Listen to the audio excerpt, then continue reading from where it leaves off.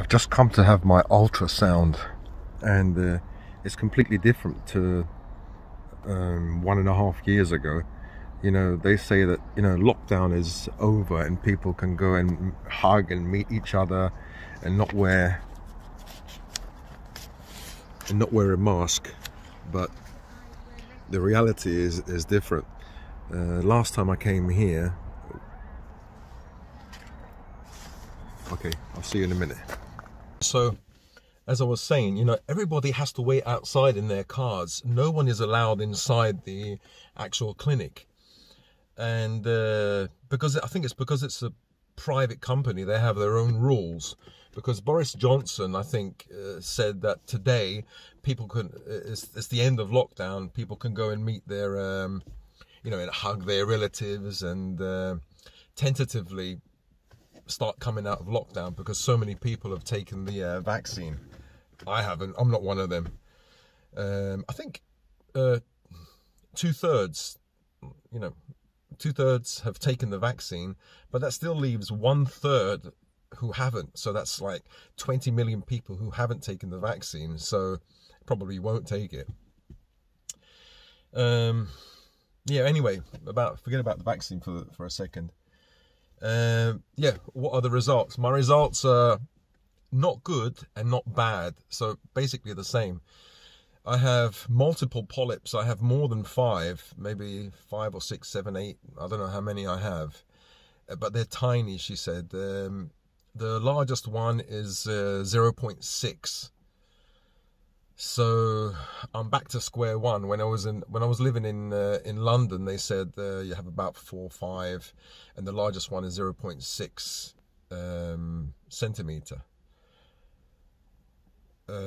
If it reaches 1 centimeter, then you have to. It's better to have your gallbladder taken out, because there's something like a 40% chance of those polyps, those large polyps, becoming cancerous. So they make sure they get rid of it.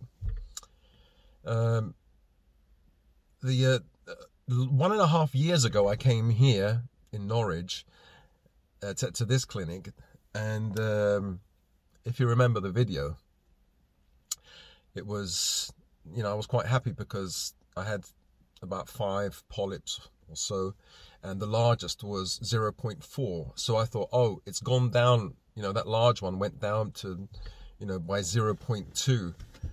So, you know, going in the right direction, I suppose. But the ladies today said, well, sometimes you just can't see them, and, you know, you can't see the, you know, you can't see the polyps properly, and it's probably the same. So my polyps were probably, and depending on who's doing the, you know, the ultrasound, you know, maybe some people are much better at doing it, you know, than others. So anyway, my liver seems okay. It's maybe very mild. It hasn't changed. Mild fatty liver. And my spleen and my kidneys seem okay as well. But she's going to send a report to the doctor, and she's going to advise a 1-year follow-up, a check. Because I think it was about 2.5, let's say 2.5 weeks ago, I had a massive gallbladder attack. It was terrible. At night time, I had a pain in the right side of my abdomen where the gallbladder is. I know exactly where it is, and I knew it was a gallbladder attack. And I was about this much away from going to the hospital, going to emergency, calling an ambulance. But what I did is I checked online, and I found some remedy where you take apple cider vinegar, 2 tablespoons of apple cider vinegar and water, and it fixed it in about 20 minutes. All the pain was gone. I thought, oh, great. And so I did this the next day. I put apple cider vinegar in my salads, and I had apple cider vinegar and water before I went to bed to kind of preempt any attack. And I had a kind of attack, but it was very minimal. It was like 10 or 20% the pain that I had the night before. So like an 80 or 90% reduction. I thought, oh, this is great. I changed my diet completely. I eat, well, from then on, I ate salads, very, very, very low fat, just maybe a few drops of olive oil. If no olive oil, then I would add, sorry, if I had avocado, I would put maybe half an avocado and avoid the olive oil. So to keep my, you know, my gallbladder moving. But I thought, hang on, if I have olive oil, you know, or lemon or these kind of things, you know, it will tell my gallbladder to squeeze. If I've got, you know, if I've got a gallstone in there, then I'm going to be in trouble. You know, that will give me pain. So I tentatively just added a little bit of olive oil in salads. I drank lots of water. That's another thing that I did. Started to do exercise. Started to drink dandelion tea, teas that stimulate bile production and stimulate the expulsion of bile from the gallbladder. So they tell the gallbladder to squeeze.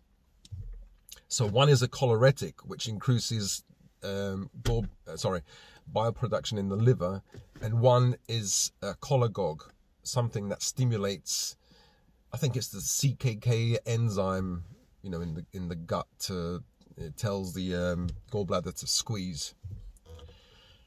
So and thereby you get new bile, and then this bile then gets squeezed out, so you have fresh bile going in.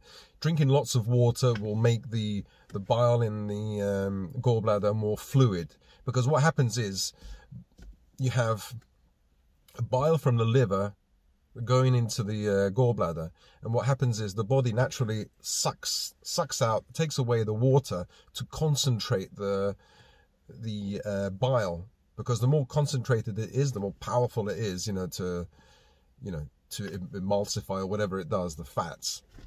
But that's not good if you've got a problem in your gallbladder. If you've got sludge, polyps, gallstones or whatever, if you have a problem, you want that bile to be a bit more liquid, So by drinking more water, it kind of interferes with this like a drying process, this concentrating process. So hopefully I fixed that by having less concentrated bile inside my gallbladder. These are things that I should have done, that I should be doing, but you binge, don't you? You lapse. I started eating biscuits, English teas, sugar, honey, things that I really shouldn't be eating, like fatty meat, oily food, things that crisps, lots of crisps. So, maybe my body was just warning me and saying, look, I can't take this anymore, and bang, gave me this gallbladder attack. Or, maybe I just ate very low fat, and then suddenly I ate crisps and then chocolates or something like that, and then bang. So I suppose from now on, from this scan to my next scan, I want to change my diet, and I know what diet I should be eating, and keep to it. Just stick to it.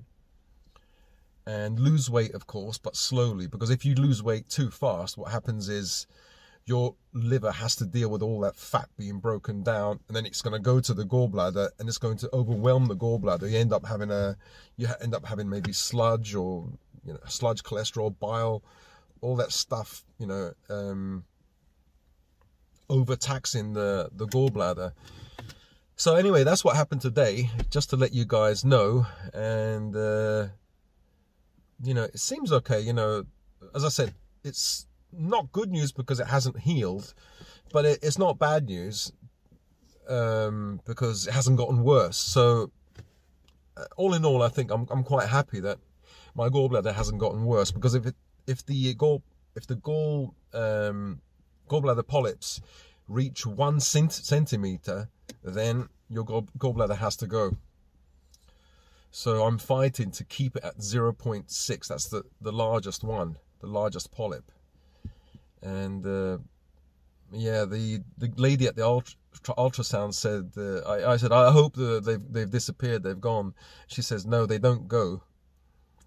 They can get worse, but they usually don't go. And I said to her, but I read a study where 23% of gallbladder polyps, the situation resolves itself by itself. You know, they disappear somehow. And she didn't really say anything. Well, probably she never seen the study. But, you know, from her experience, they don't go. Well, anyway, thank you very much, guys. It's a lovely sunny day. And in the UK, apparently, it's the end of the COVID restrictions or lockdown. But the lady said, no, you know, we are still, everyone wears a mask. Everyone keeps their two meter, whatever, distance, and has masks on, cleans their hands. So in this clinic, definitely it hasn't stopped, and it won't stop.